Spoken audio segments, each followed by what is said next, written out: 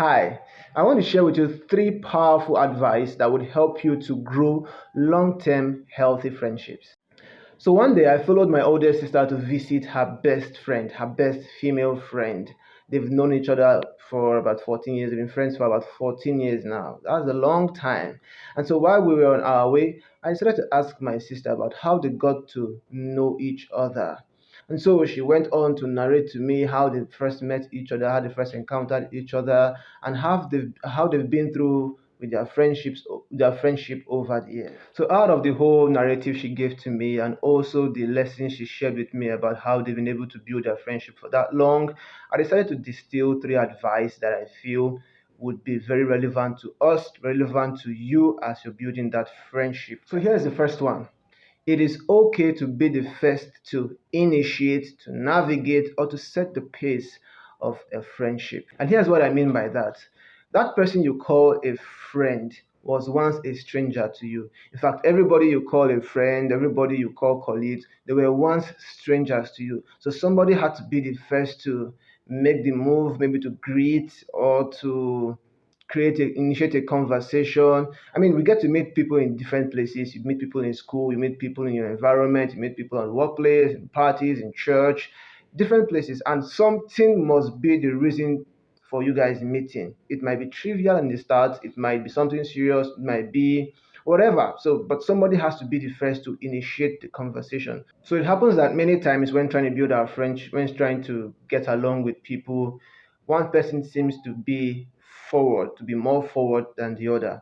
So maybe one person would be the one doing most of the callings, or doing being always maybe frequently being the first to initiate conversations on WhatsApp, or be forward in checking out on the other person, be forward in generosity. So it happens that one person will initiate, one person will set the pace, one person will be the first to start committing or investing in the friendship, and maybe the other person will join in the course of time. What you should just be mindful of when it comes to being the first to set things in the friendship is that there comes a time where you will have to give room for reciprocity, or else you will slip into that danger zone of pouring yourself out without getting anything in return, and then you begin to think that that person is not considerate, or you begin to feel like you're doing too much than yourself, and actually you're doing more than yourself, because friendship is a two-way negotiation, is a two-way activity. You do and I do, so you have to give room for that reciprocity. But before that,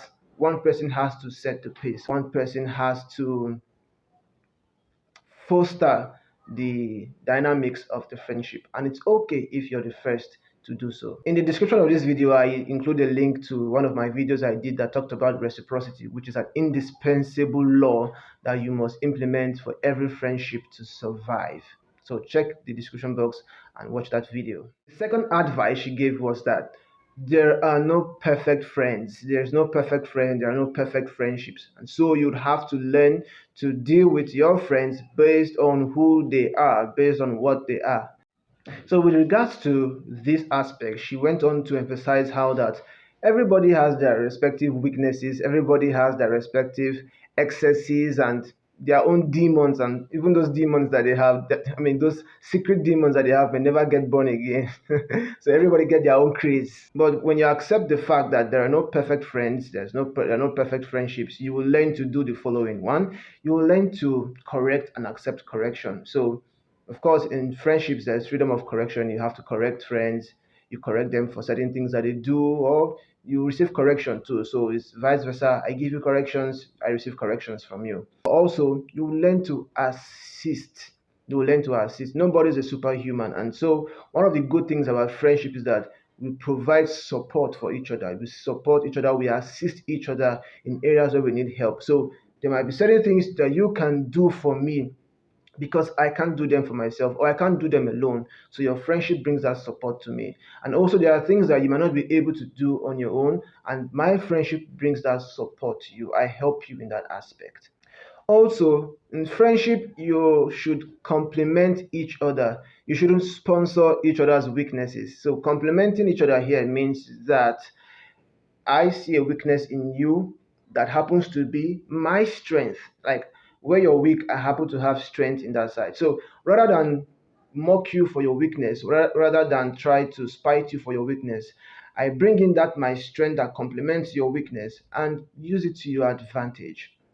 So, for example, I have a friend with whom we once stayed together, and there were certain things that I couldn't do, I wasn't good at doing, and he was better at doing those things. For example, I cook, but I'm not so much of a sophisticated cook. And himself, he's very homely and very cooky. He likes to cook a lot. So whenever it comes to the issues of cooking, I allow him do most of the cooking. I cook, but I allow him do most of the cooking. But then when it comes to the issue of washing dishes, he's not so much a fan of washing dishes. In fact, he could be lazy in that aspect. And but for me, washing dishes is not so much of a big deal. So I get to wash the dishes more often. So he does more of the cooking. I do more of the dishwashing. He cooks better than I do. I wash the dishes better than he does. So in friendship, you get to teach each other and also learn from each other. So just like I talked about complementing. So there are certain things that might be your key strength. There are certain attitudes you have that I admire. I can learn from you. And also there are those ones that I may have that you admire and you can learn from me too. So in friendship, there should be that freedom of teaching and learning, whether it's done outrightly or you get to just observe and learn. So I get to teach you certain things. So maybe I could be smarter than you in a particular regards. You're smarter than me in that regard. So you could choose to learn from each other. I mean, that's one of the things that keeps friendship in the long term is that we get to learn from each other. We get to learn from each other. So let me ask you a question. In that friendship you have with that person, whether it's a romantic partner or just a close friend, are there things that you are learning from that person, or and are there things that that person can say he or she is learning from you? Also, when we accept the fact that there are no perfect friends, or there are no perfect friendships, we'll get to learn how to accept and to accommodate our friends. In other words, you get to accept them for who they are. There are certain things about them that you can't change. You would have to accept the differences that you have with them. There are things that I like that you may not like. There are things that you like that the other person may not like. But just for harmony, you'd get to, if at some point you begin to see that those things that are differences actually help you guys complement each other and also help you guys to assert your uniqueness. Yeah, so you have to learn to accept your friends for who they are, not for who you wish or try to imagine them to be. I'm not talking about the fact that you sometimes you have to imagine the good for them so that they can grow. That's by the side. Also, you have to learn to accommodate their excesses. Like I said earlier, everyone's got their demons that may never their secret demons that may never get born again. Everyone's got their excesses, their bad stuff, bad behavior or habits, and there are some that you can't change about them. You just have to accept it. You just have to accommodate it. There are certain issues that may spring up between you guys that will not be worth fighting over. Yes, there are those that you may have to call out and you guys have to talk about them, but there are some that talking about them won't change anything. So you just have to accommodate those excesses. Know this as well, know this fully, that you also have certain issues that somebody would need to accommodate. Your romantic partner is going to have to accommodate your own excesses, and so you should also learn to accommodate other people's excesses. And that's how we'll get to sustain friendships in the long term. Now, the third and final advice I learned from my conversation with my sister concerning friendship is that you should be watchful against the enemy called jealousy or envy. What is jealousy? To be jealous means to be painfully desirous of another person's fortune or other person's advantages or benefits. And in this case, we're referring to somebody you call your friend. And let me ask one simple question. If you've never been jealous before, hands in the air. I myself am guilty. I mean, jealousy is a human emotion that everybody has experienced. You might claim you don't experience it now. Maybe you have grown, you're mature in your thinking, but you can't deny the fact that you've experienced envy at some point in your life. So one of the creepy enemies that tend to waste so many friendships is envy, is jealousy. Not just the feeling of jealousy, but the dominance of it, allowing it to take over your mind so that it begins to influence and affect the friendship that you're trying to build.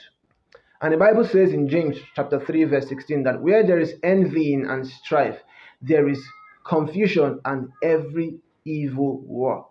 So envy, jealousy, when not controlled, will give rise to different evil work, evil actions, evil activities on your part that will harm your friendship. Envy will make you to spite your friend. What I mean by spite, I mean that envy is going to make you to wish for bad things to happen to your friend simply because you are painfully affected by the good things that are happening to them. Envy will deny you of genuine happiness, both for yourself as an individual and in the context of that, your friendship. Envy will make you feel ungrateful because your mind will be blinded to the good things that you have. Your mind will be blinded to the fact that there are even things that your friend or your friends are benefiting from you. You think that they're the only ones who have all the stuff, but they on their own part are seeing things in you that they admire and they wish that they have or that they knew. Envy is going to sponsor negative thoughts, all manner of negative thoughts in your mind, and then it blocks that genuine flow of conversation and interest between you and your friend. And here's the key to dealing with envy. One, you must accept the fact that you would have friends who are better than you, who are ahead of you, friends who know more than you do, friends who have more skills and expertise than you do, friends who have more finances and financial opportunities than you do, friends who have more privileges, better privileges than you do. And in addition to that, also accept the fact that everyone has their unique path to life. We may share common experiences, but everybody's journey is different. Everybody's destination different. Everybody's pathway, everybody's experiences are unique to them. And so, rather than get your mind so fixated on the things, on the glamorous things you see about your friend, fix your mind on your own journey. There's probably another friend who is admiring you and your level of successes and achievements. So accept the fact that you are unique, your life is unique. You might be friends with this other person, but you guys have your unique lives, your unique personalities, your unique destinies. So have your respective seasons. Maybe this your friend might be in a season of life that he or she flourishes in certain aspects, and whereas you have not yet gotten to that season in life. So the fact that we are friends doesn't mean that we are all experiencing the same seasons of life. No, I might be in a different season of my life, and you are in a different season of your life. We may get to experience certain advantages that I don't have in the current moment. So, but that is not a room for you to be envious. So instead, what you should do is that you should be grateful for that your friend who has more resources than you do, has more connections, more opportunities, more privileges. Be grateful for that your friend. As long as that your friend is not trying to splash his or her pride on you and make you feel bad and inferior, you should be grateful for that your friend's success. Be genuinely grateful for your friend's success, knowing that yours is coming to you soon. So, do you consider these three advice very relevant to your friendship building? I'd like to see you make a comment in the comment section below. Thanks for watching.